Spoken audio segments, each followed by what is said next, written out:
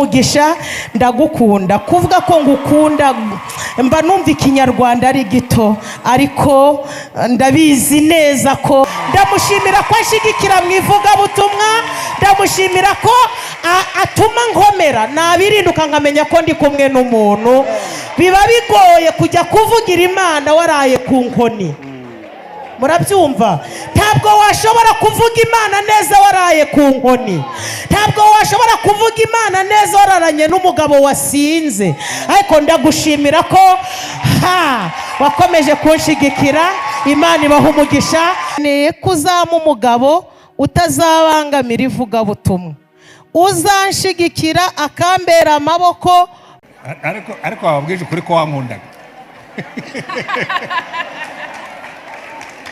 yazamukaga ahantu ukabona biraryoshye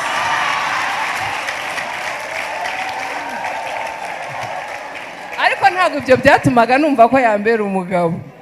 Ikindi namukundiraga cyane yagiraga amaso manini ubu ngubu amaso arashaje yari afite amaso meza tukayita amaso y'inyana ayo maso rero nayo narayakundaga cyane nibuka mwemerera namukoreye poeme nziza cyane kandi nayise maso y'inyana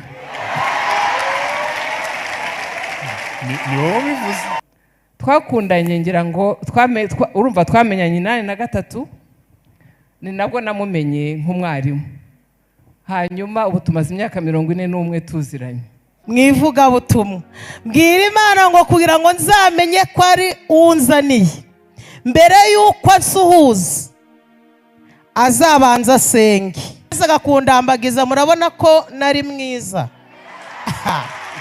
narahageze kuko musaba urukundo ramubwira ndi niba ndawundi mushero ufite numva twazabana tugashinga nahise nemera ntabwo namugoye yahise yemera dukora ubukwe baramunkopa wakoze ubukwe izuba riva bigoye biruhije abantu bari kuduha iminsi hari abakora ubukwe bakabaha imyaka ariko twebwe baduhaga iminsi maze n'iminsi 3 nkoze ubukwe umuntu yaraje aranyongorera arambwira ati ndi wowe nava mu nzu nkigendera nahise nkwikururwa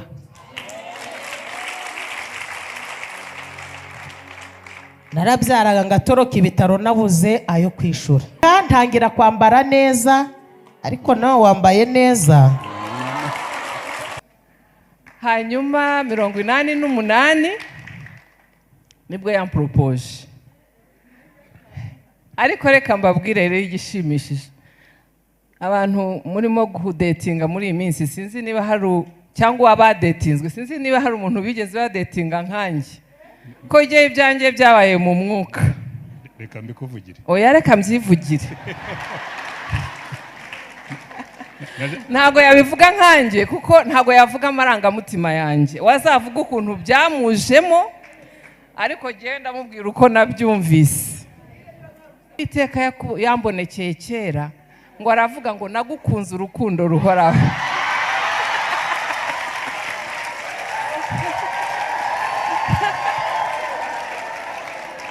ntago murumva nawe natubwira icyatumye abyandika gutyo uyu mugabo afite perimeye niwe waje ntwaye nta mushoferi nkigira iyo ari mu kazi bafite akazi iyo ari mu kazi mba ndi kwitwara muri uyu mujyi wa Kigali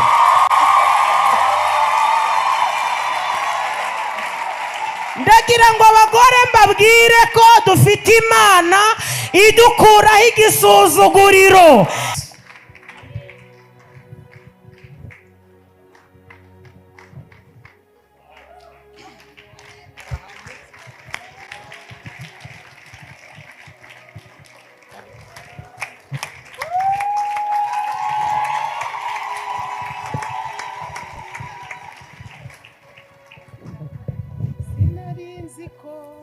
wangirira neza utya sinarizi ko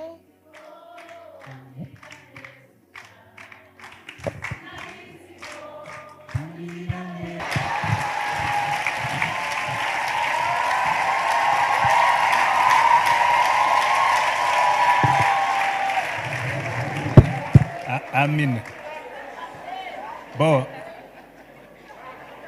yabibabwiye yuko twabanaga ku ishuri twafashe amasengesho yo kugusengera ati kandi Imana yaradushubije nikagira inkuru nziza ati umugore wawe kuri hafi kuruta uko utekereza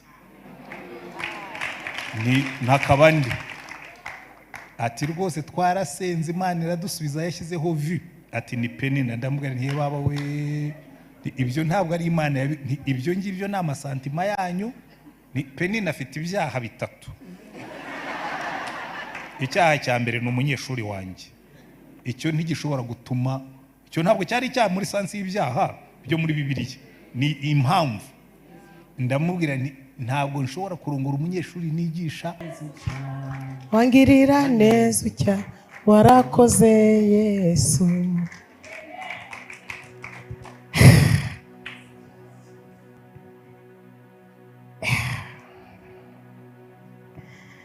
reka nsabe umutware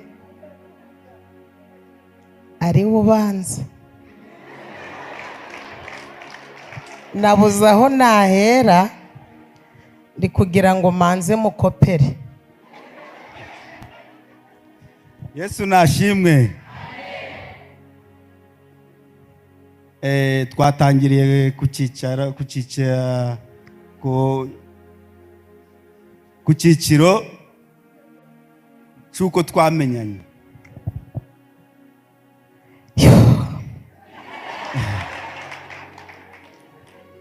Wamenye ute?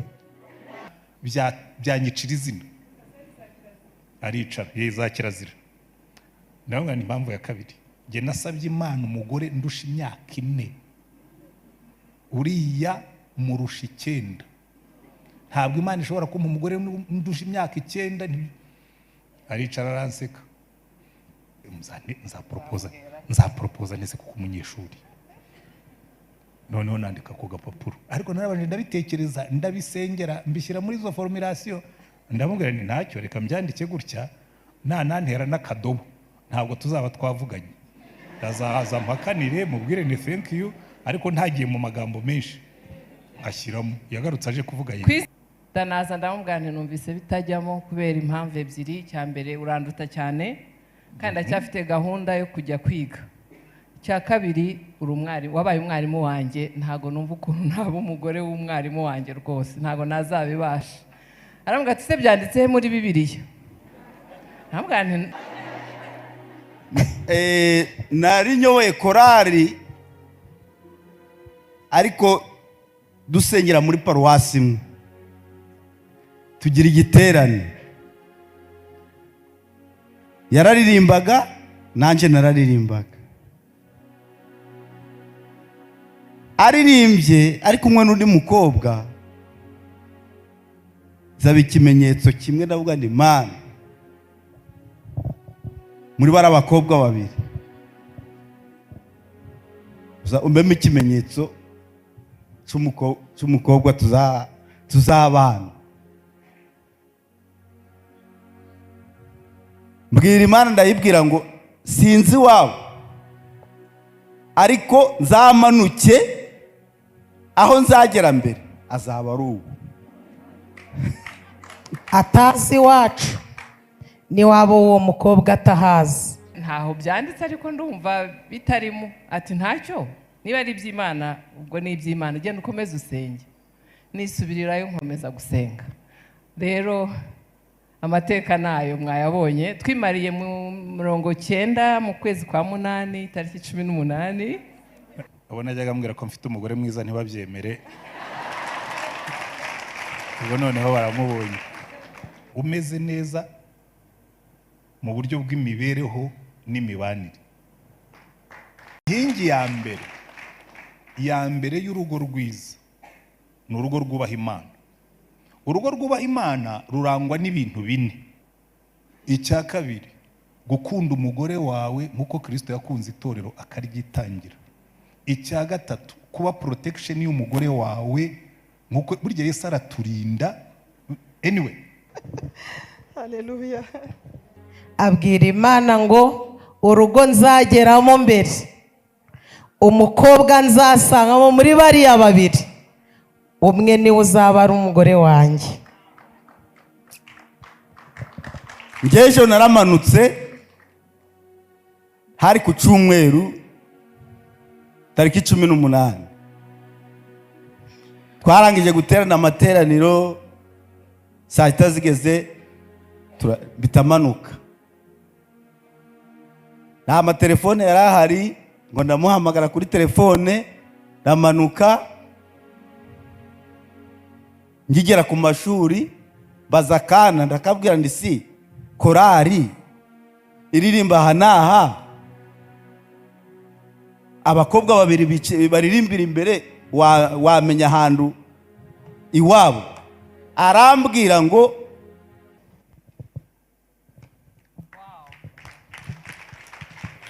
amen. Mushobora kwicara. Muraho mwese. Abo najyaga mbwira ko mfite umugore mwiza ntibabyemere, ubwo noneho baramubonye. Amen. Twumvise ubuhamya. Ngira ngo umurimo w'uyu munsi urakomeye kubera ko gufatanya inyigisho n'ubuhamya ntabwo byoroha cyane, ariko uburiya ngo ariyo baravuga ngo indirimbo nyir'urugo ateye niyo wikiriza. Apostle yavuze ngo akunda ubuhamya. Reka natwe uyu mugoroba, ngewe nzi kwigisha, nkunda kwigisha, nize kwigisha, ariko uyu mugoroba kugira ngo madamu aze kugaragara cyane. amazu yabo ni hariya, twari duturanye, bari baturanye. ndagenda musangayo, nsanga n'uyu mugore wanjye. ibyakurikiyeho rero nawe nababwireho gakeya, ndakomeza. Haleluya.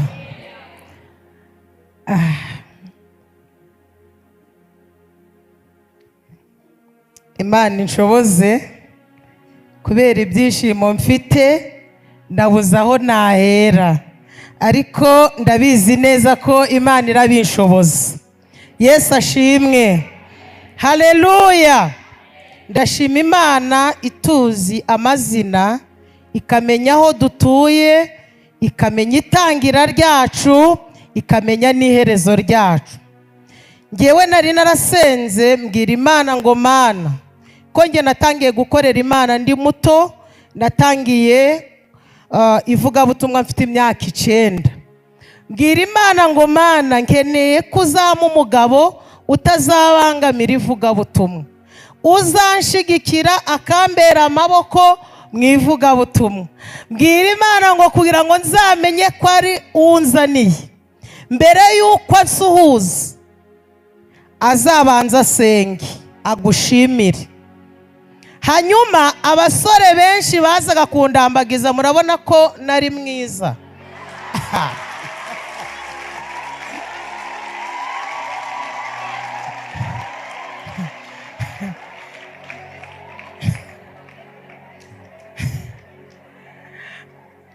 Noneho abasore bose baje kundambagiza, nkabona bahise bampobera badasenze, kavuga nitoka.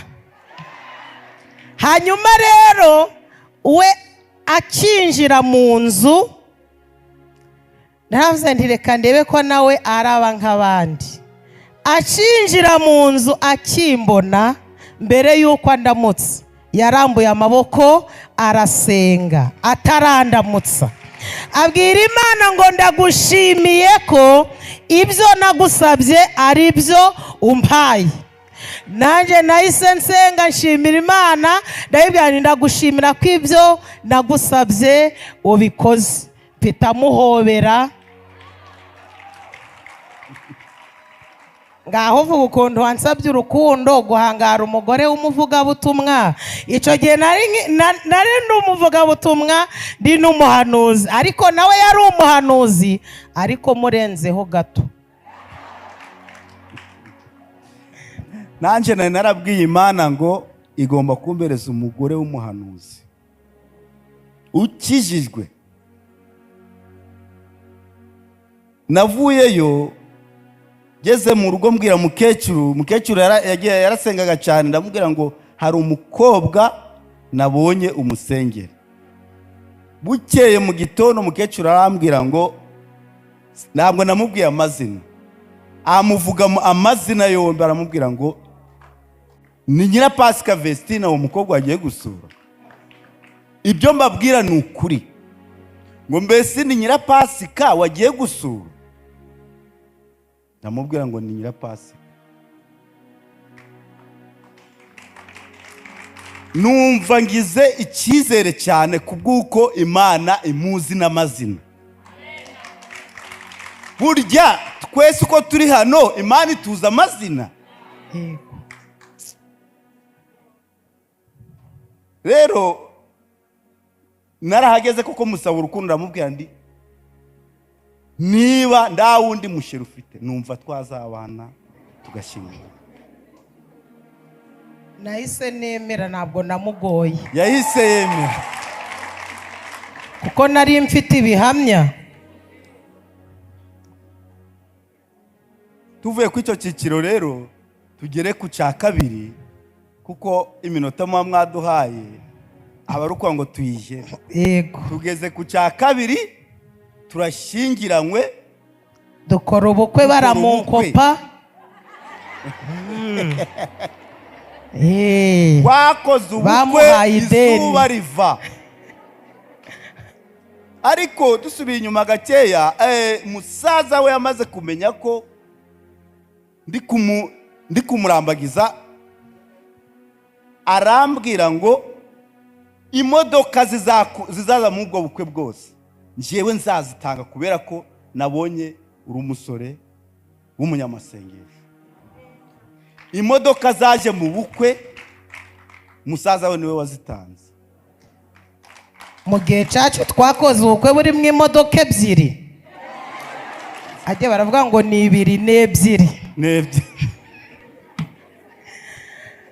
Dukora ubukwe bigoye, biruhije, abantu bari kuduha iminsi.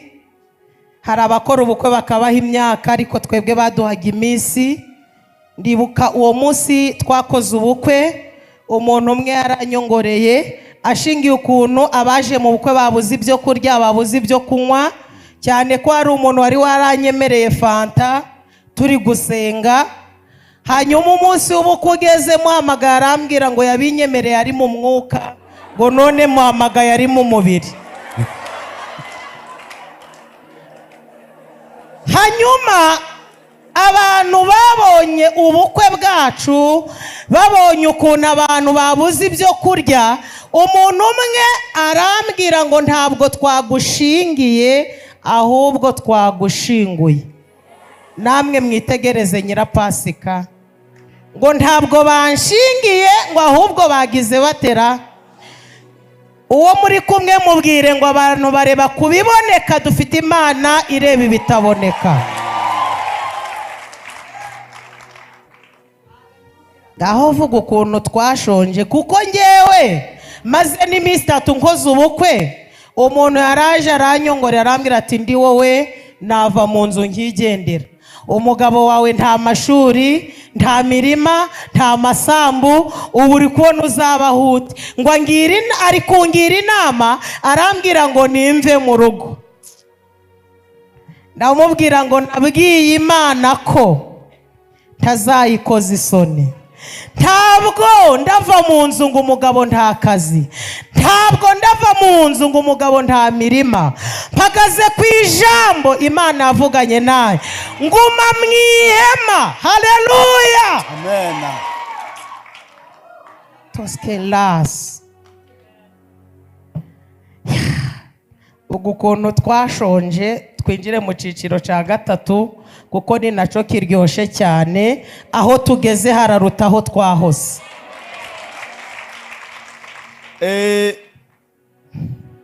Twagize inzara, turasonza,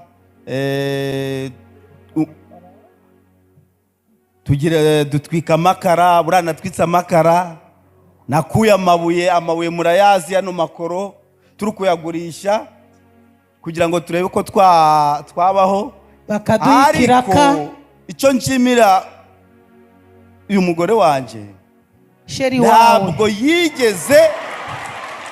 ntabwo yigeze atandukira. Twakomeje mu ubwo buzima, turabyara, tubyaye wa kabiri, twimukiye i Musanze. Tugeze i Musanze niho uyu mubyeyi, uyu mushumba niho yadutabaye, kuko twari twagize gute, twarubatse dufata keredi. Uyu mubyeyi umushumba mubona hano niwe waduhaye amafaranga yo kwishyura iyo keredi turi kubakira. tugiye gukorwa n'isoni, amatangazo yamanitse, twe abantu bari kuvuga ngo turasebye cyane ko iyo nzu twari twayihawe mu buryo butunguranye. Ni ukuvuga ngo twimuye umurozi wari waradukodeshe, aho twabaga ni mu rugo rw'umurozi.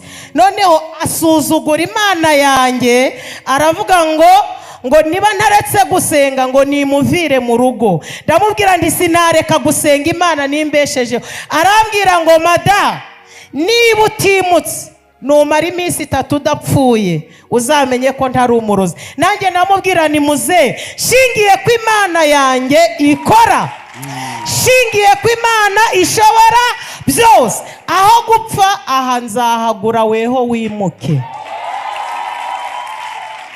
Imana yaduha mu buryo bw'igitangaza, abaturanyi babibona. Hanyuma rero Satani ashaka kwatunyaga anyuze muri keredi. Ngira umugisha, mutega amatwi ngeze aharyoshe. Ngira umugisha, ndi gusenga ndi mu butayu, umuhanuzi ansanga hondi, arambwira ngo taha, ibyawe Imana irabyumvise. Ndamubwira ndi gute? Ati ubutabazi Imana ibunyujije mu mushumba w'umugore. Niko yampanuriye. Mushumba, Imana yaraguhamagaye, Imana yaraguhamagaye, Imana yaraguhamagaye. Imana izi ko yakugize umubyaza w'amasezerano. Umuhanuzi arambwira ngo ngiye kwitaba telefone, ntabwo byatinze, mwarampamagaye. Kuva nagera hano ahangaha nahise ntwikururwa.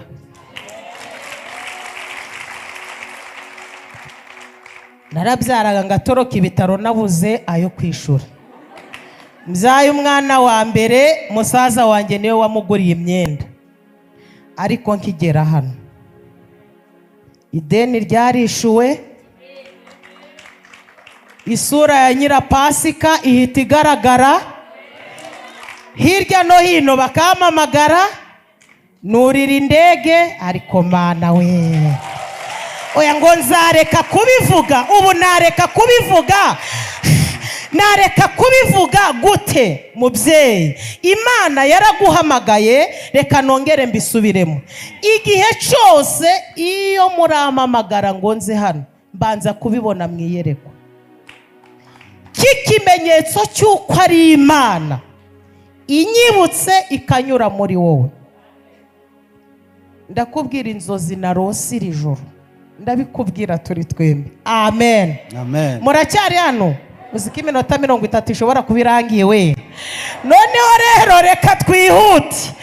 Nibwo nuriye indege, hirya no hino barantumira, ubuzima burahinduka, ntangira kwambara neza.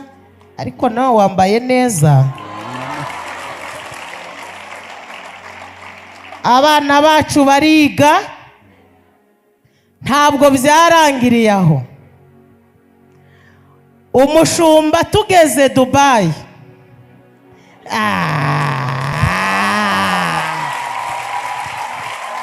yatwigishije gushopinga. ubu ntabwo ncyambara imyenda iciriritse. Amavuta yantwikuruye Dubai yo gushopinga imyambaro mye. Burasa ubwo nambaye ine.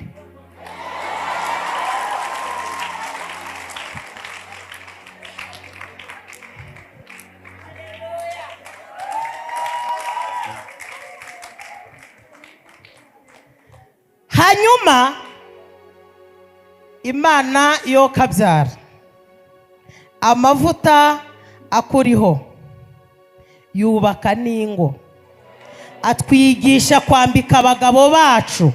Numvaga ko nambaye njyenyine birangiye, ariko yaravuze ngo mwakire mugurire n'abagabo banyu.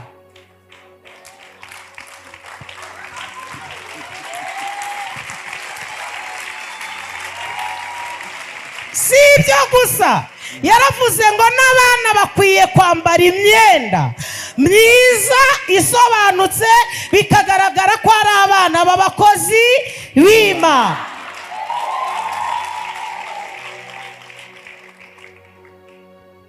Si ibyo gusa, njyewe nabonaga umugabo n'umugore bicaye mu modoka, umugabo atwaye umugore, kabona ko twatari ibyacu, ariko mushumba ya modoka mwaduhaye yahise ifungura imigisha. Uyu mugabo afite perime ye, niwe waje ntwaye, nta mushoferi nkigira. Iyo ari mu kazi bafite akazi, iyo ari mu kazi mba ndi kwitwara muri uyu mujyi wa Kigali.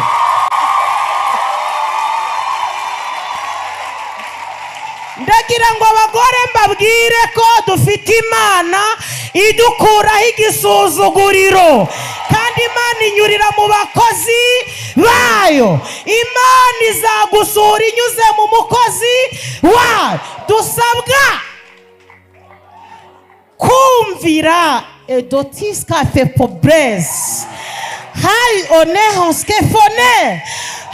Tukumvira abashumba. Amavuta Imana yabashizeho niyo atutuma toske for dentro o diske fa tugaragara, tukisobanukirwa. Narinzi ko gutwara imodoka ari by'abagore b'abanyamugi bavukiye i Kigali, ariko n'abavukiye ku Kabatwa.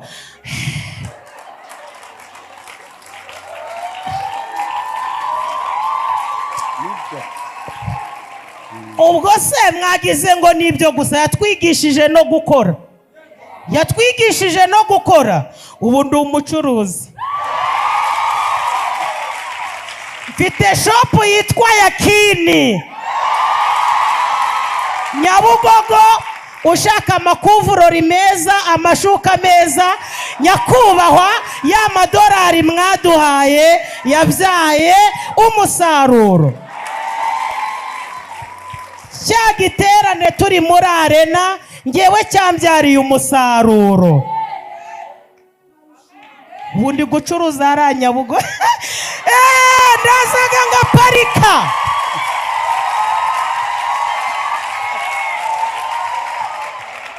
Mureke mbabwire, aya mavuta yatumye urugo rwanjye rusobanuka. Biba bigoye kuba uri umuvugabutumwa ukagira umugabo ugushigikira, ariko uyu mugabo yaranshigikiye agera ku rwego ambwira ngo ndifuza ko aka kantu reka nkavuge.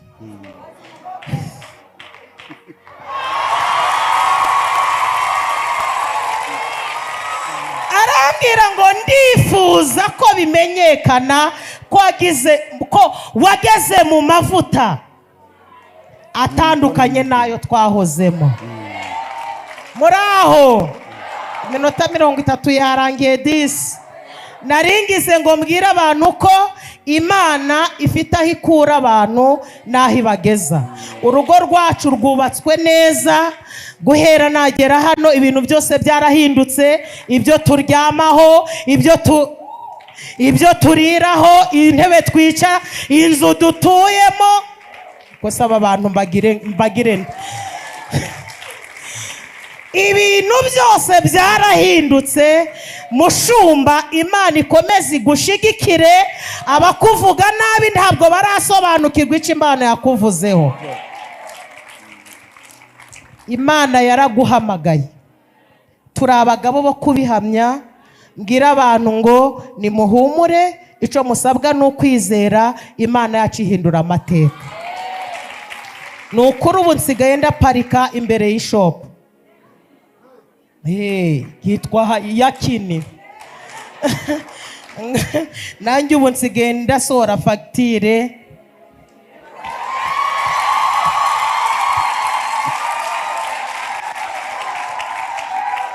Ukwezi kumwe nabonyemo provisoire, mbonamo na perime. Kubera amavuta. Imana imuha umugisha. Ndagukunda. Kuvuga ko ngukunda mba numva ikinyarwanda ari gito, ariko ndabizi neza ko Imana izi ko ngukunda. Uyu mugabo nawe arabizi. Nabwira nti mfite umubyeyi, dufite umubyeyi, kandi uzakomeza kutubera umubyeyi. Ntabwo uzicuza kuba waranshizeho amaboko. Ntabwo uzicuza. Ntabwo nzakubera ikirumbo. Ntabwo nzakubera umukobwa mubi. Ntabwo nzakubera umukobwa w'igishoshwe. Mushumba Ella Ote, urugero rwiza. Ibyo wantoje nzakomeza kubyubaha. Imana iguha umugisha. Mwese ndabakunda. Protokoli bano ndayubaha. Uko mwita ku bantu ndabakunda. Mwese Imana ibaha umugisha. Sheri wanjye nawe ndamukunda. Ndamushimira ko ashigikira mu ivugabutumwa. Ndamushimira ko atuma nkomera. Nabirinduka nkamenya ko ndi kumwe n'umuntu. Biba bigoye kujya kuvugira Imana waraye ku nkoni. Murabyumva? Ntabwo washobora kuvuga Imana neza waraye ku nkoni. Ntabwo washobora kuvuga Imana neza wararanye n'umugabo wasinze. Ariko ndagushimira ko wakomeje kunshigikira. Imana ibaha umugisha. Turi abanyu, tuzakomeza kubakunda. Imana ibaha umugisha. Amen.